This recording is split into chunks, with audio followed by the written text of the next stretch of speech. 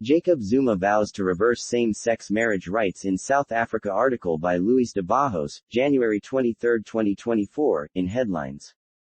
Former President Jacob Zuma says same-sex marriage is repressive and undemocratic. Photo.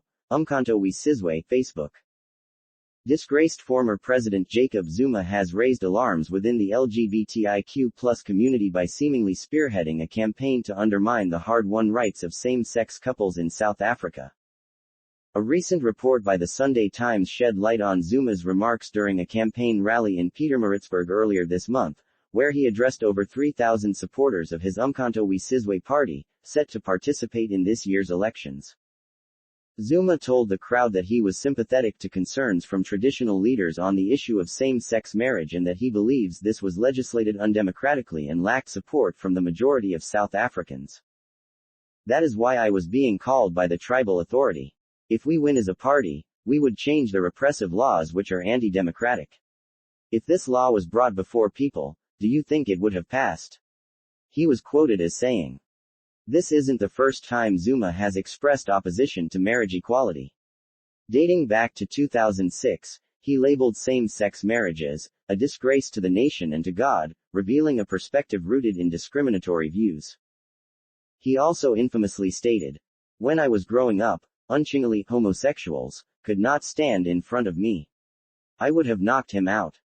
While Zuma later claimed his comments were misinterpreted and apologized, his recent alleged remarks cast doubt on the sincerity of that apology. Dawie Nel, executive director of Out LGBT Wellbeing, voiced his unease, stating, "It is truly troubling that a South African leader who fought against the oppression of the apartheid state is now campaigning to erase the rights of some of its citizens." If he's been quoted correctly, Jacob Zuma's comments suggest that his understanding of our democracy and constitution leaves much to be desired. We urge him to stand by the words of his 2006 apology in which he stated that, "Our constitution clearly states that nobody should be discriminated against on many grounds including sexual orientation, and I uphold and abide by the constitution of our land," said Nel. The organization called on political parties that are participating in the upcoming 2024 elections, including uMkhonto weSizwe, to embrace the equal rights and dignity of all South Africans and refrain from exploiting and targeting vulnerable minorities, such as the LGBTIQ+ community, for cheap political gain. South Africa's remarkable journey towards LGBTIQ+ inclusivity since 1994 includes the legalization of same-sex marriage with the enactment of the Civil Union Act in 2006.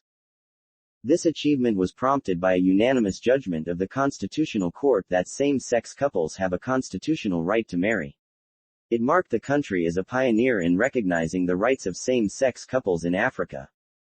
Zuma's comments underscore the importance of a united front against any attempts to erode these hard-fought rights.